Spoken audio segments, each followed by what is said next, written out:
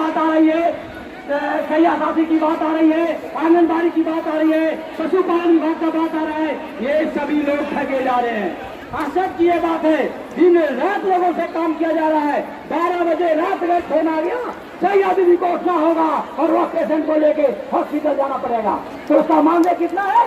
मात्र 2000 प्रोत्साहन। उसी तरह से जलसैया बहनों का अगली सरकार के द्वारा 1000 मानदेय दिया गया था।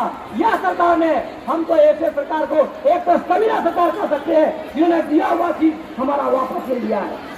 उस वापस लिया हुआ को उनको हर हाल में लागू करना होगा।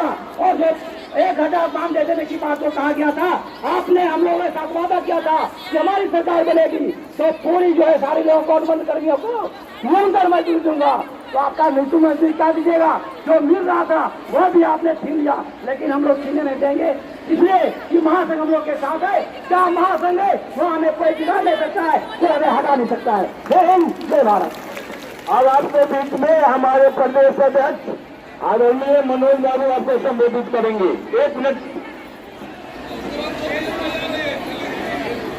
साथियों, आज झारखंड राज्य और राष्ट्रपति कर्मचारी महासंघ के बैनर तले आज तमाम जिलों से जो भी साथी यहाँ आए हैं और मंचासीन सभी हमारे पदाधिकारीगण, हमारे राष्ट्रीय सचिव